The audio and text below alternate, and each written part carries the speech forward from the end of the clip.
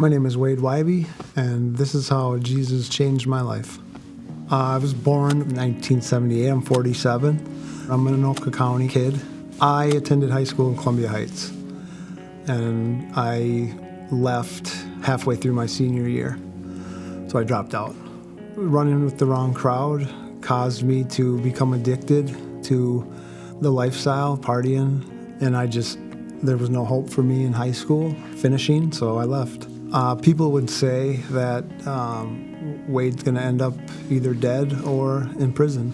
His time's coming if he continues down the path of basically no return. You know, that's how my family looked at it. But my sister would probably be the biggest one that was, praying for me and praying hard for me, and her friends. Back in the day, I used to lead a high school connect group, and we met on Tuesday evenings, and Wade's sister, Leah, was a high schooler at the time, and she was in my connect group. And every week in our small groups, we would ask, what are your prayer needs? And every single week, Leah would say, please pray for my brother Wade, that he would find Jesus and that he would change his life. My first mugshot was taken when I was 18. My last mugshot was taken when I was 35. And in between mugshots one and the last one was more than probably 100. The embarrassment, the guilt, the shame kept me needing acceptance from you. I needed you to like me. I needed you to love me. And if it was drugs that we were going to make that happen, then that's how I made it happen. I was headed to prison my fourth time, and I was done. I was sentenced to 95 months. When I got to prison, there was an unbelievable peace, almost like a joy. I believe it could only come from God. About 6 months I cried out, help me to be better, help me to be the man you want me to be. It was like a light switch that went off. The desire to want to get high or commit crime was gone. I met Wade in 2009. As I was a therapist here at Lino Lakes, I was the orientation clerk. I had the first opportunity to meet Wade. I had the opportunity to see him change. And in our unit at that time, we needed a unit clerk, which is a difficult job to do. We recommended Wade accepted it, and I had the opportunity firsthand to see the glory of God work in his life. And then the early release program came, and I knew that was all him as well. So I went to boot camp. I was released 2.5 years early on 9/11/2012. That following Sunday, I believe, I came to church with my sister. She brought me.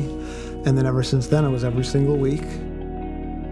I will never forget the Sunday that he came to church.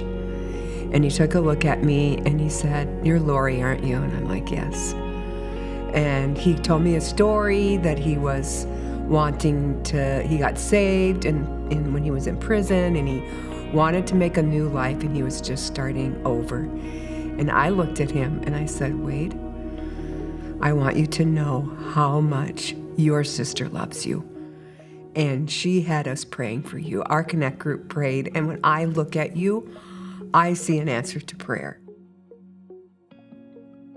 I go back into Lino Lakes, where I once lived for years, and I bring the guys a prayer, faith, and hope meeting. I go in there once a month on Sundays, and if I can do it out here with the help of Jesus, then they can do it out here with the help of Jesus as well, if they'll just give them a chance to work in their life. And this is minimum. This is where Wade comes every other month to spread the gospel. Guys sign up for his group, which is continuing to grow, but this is the opportunity that God has placed on his heart, and you could never believe that he would come from inside the facility all those years, praying to God to change my life, and now he comes here to spread the gospel. What else can you say? The biggest thing that Jesus did in my life was he changed my heart. He took a heart that was cold, calloused, not just stone, but literal rock, and he turned it into empathetic, sympathetic, loving. It's allowed me to take care of my wife and honor her, it's allowed me to lead by example for my kids. He's restored everything to me when I didn't deserve any of it, and I'm just beyond blessed. And it's all because of him. So, yeah.